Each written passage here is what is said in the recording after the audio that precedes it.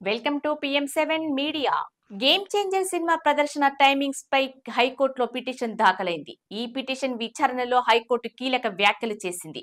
సినిమాలను తెల్లవారుజామున 4 గంటలకు ప్రదర్శించేందుకు అనుమతి ఇవ్వటం మానవ హక్కుల ఉల్లంఘన కిందకు వస్తుందని హైకోర్టు పేర్కొంది. 16 ఏళ్ల లోపు పిల్లలను తెల్లవారుజామున అర్ధరాత్రి షోలకు అనుమతించటం సరికాదని అభిప్రాయపడింది. హీరో రామ్ చరణ్ నటించిన గేమ్ చేంజర్ సినిమాను తెల్లవారుజామున 4 గంటల నుంచి ప్రదర్శించేందుకు అనుమతిస్తూ ప్రభుత్వం మెమో జారీ చేయటాన్ని సవాల్ చేస్తూ హైకోర్టులో పిటిషన్ దాఖలైంది. దీనిపై జస్టిస్ విజయసేన్ రెడ్డి ధర్మాసనం విచారణ చేపట్టింది.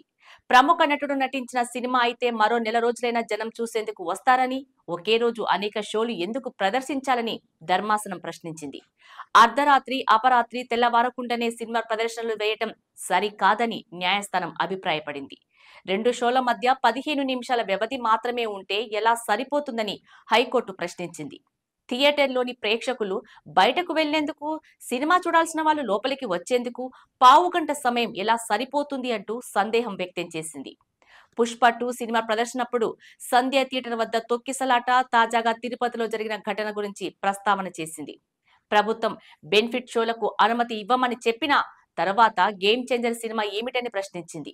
సినిమా రిలీజ్ కు ముందు కేసులు వేయటంతో సరిపెట్టవద్దని సూచించిన హైకోర్టు లాజికల్ ఎండ్ కోసం ఎందుకు ప్రయత్నం చేయటం లేదని పిటిషనర్లను ప్రశ్నించింది. వాస్తవానికి ఇది ప్రజాహితంలో ముడిపడిన వ్యవహారం కాబట్టి ప్రజా ప్రయోజన వ్యాజ్యం ఎందుకు దాఖలు చేయరని వ్యాఖ్యానించింది. ఇదే సమయంలో చాలా మంది తెల్లవారుజామునే కాకుండా అర్ధరాత్రి షోలకు కూడా వెళ్లేందుకు సుముఖంగా ఉన్నప్పుడు మీకేమిటి అభ్యంతరం అని పిటిషనర్లను ప్రశ్నించింది. ఉభయ పక్షాల వాదనల అనంతరం ఈ వ్యాజ్యాలతో పాటు సంధ్య థియేటర్ ఘటనపై దాఖలైన పిటిషన్ను కలిపి శుక్రవారం విచారించాలని న్యాయస్థానం నిర్ణయించింది.